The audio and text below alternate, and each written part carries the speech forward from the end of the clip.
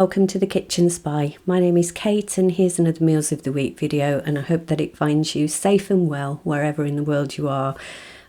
This weekend, as I'm editing this, England have just gone into their 4-week lockdown and Wales are coming out of our 17-day short, sharp lockdown that they're calling it in on Monday. So yeah, we're all at 6s and 7s, and because our borders are, well, the border is basically just winds along in between the two countries, and there are some towns that even sit across the border. It's all very confusing, but I'm sure we'll all get through. Anyway, in terms of calorie counting this week, there's not a lot of that goes on, so I apologise for that in advance. It was just a funny old week, and I hope next week will be better and I will be back on track and back with my usual style of video. So on this Saturday, so this was Saturday the 31st, so Halloween, I made deviled chicken, and I've done a video for this and I will link that down below. So this actually was calorie counted because it was for a video, and it was 248 calories for the chicken part of what you can see there, and 420 calories altogether for that plate, which included the rice and the vegetables, which was just some tender stem broccoli and some baby corn. So this is a really lovely recipe. It's one of our favourites, and if you do give it a go, please let me know how you get on. One of you already sent me a picture of what you did and it looked fab. So yeah, that's a good one for us, deviled chicken. Then this is a huge hunk of beef, and if you watch my shopping hauls you will have seen this. It came from Asda, and it's a roasting joint actually, but I thought I'd try roasting it in the slow cooker. So I got a recipe from the internet, where else, from a couple called the Slow Cooker Club, I think. Anyway, it was delicious. So I roasted it slowly in the slow cooker, and the gravy kind of makes itself alongside it, and this was it served up. It was a busy day, so I didn't do like a full-on roast with it. I did Yorkshire puddings, some vegetables and a jacket potato, so I'm not sure of the calories on that, but anyway, there were only 2 of us, so obviously there's a huge amount of meat left, so and gravy, quite a lot of gravy. So I've frozen the gravy separately to the meat, and probably actually what I'll do with the meat is either do another roast with it like this, or I might even turn it into some kind of curry or whatever. But this recipe is really lovely, and if I remember I'll link it down below, and I might, if anyone's interested in me doing a recipe of it, then I will. And this is where it starts to go a bit downhill really. So this is from the freezer, and it's the teeniest, tiniest portion of pulled Chinese pork. And again, I've done a recipe for this which looked much better when I did it before, and I will link that below. And I just served this with rice, but if I'm absolutely honest, I had like maybe a mouthful. I'm not a stress eater, and this week has been a bit weird, as I said. You know, I don't really want to go into it, nothing dramatic, but just I tend to not eat when I'm feeling like that. So I had just a mouthful of that, and my husband had a huge portion. Then on the Tuesday I made our Gnocchi Bake, which we love very much indeed, and this has got bacon in it and a tomato sauce. And again, I have done a recipe for that, but that recipe is on the end of a cookery book recommendation recipe, so I will cookbook recommendation recipe video, sorry. So when I will link the video down below, and I will bookmark where the recipe starts because it's way into the video. So this was it served up, and again I just had a tiny portion and didn't eat it all, but yeah, it is a really tasty recipe, and we in fact had that on the next day as well. It really heats up quite well. It's again, but I wouldn't put it in the microwave if you were reheating it. Just put some foil over the dish and then just put it in a low oven, and that heats up quite nicely, and you still get all of those lovely flavours, and it is a really lovely recipe.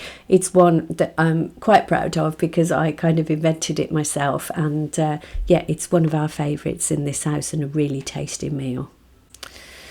So on the Thursday, I was actually intending to make Scotch eggs in the air fryer, as I'd seen Vicky from the Folger family do a similar thing. And so I'd bought some of these light and low. I don't know whether they're light and low or light and lean sausages, I'm not sure. Anyway, it was a long day, so I didn't actually do the Scotch eggs. I just did sausage, egg and chips, which is like comfort on a plate, isn't it? So a couple of eggs there, and some chips, just some oven chips, and a couple of those sausages. And again, I'm not really sure on the calories, but I actually lost weight this week, obviously, because I didn't eat very much at the beginning of the week. So all good and really tasty. I do think there's something about egg and chips which is just really lovely, and one of my favourite meals is egg, chips and cheese, which I know some people find bizarre, but before you judge me, give it a go.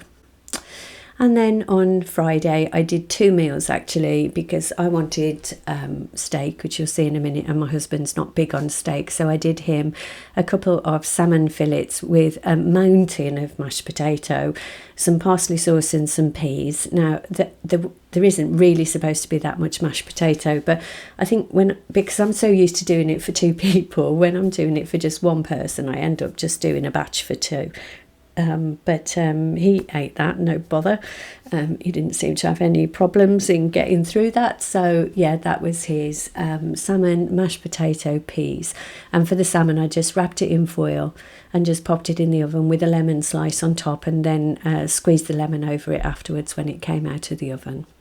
And this is what I had, which was a steak with peas and also some new potatoes, which I roasted in the oven with a onion as well. So as you can see, there is some onion through the potatoes, and just some salt and pepper and a tiniest amount of garlic salt, and then served that with some peas, and that was really delicious. And the steak was just a melt in the mouth. It was absolutely gorgeous.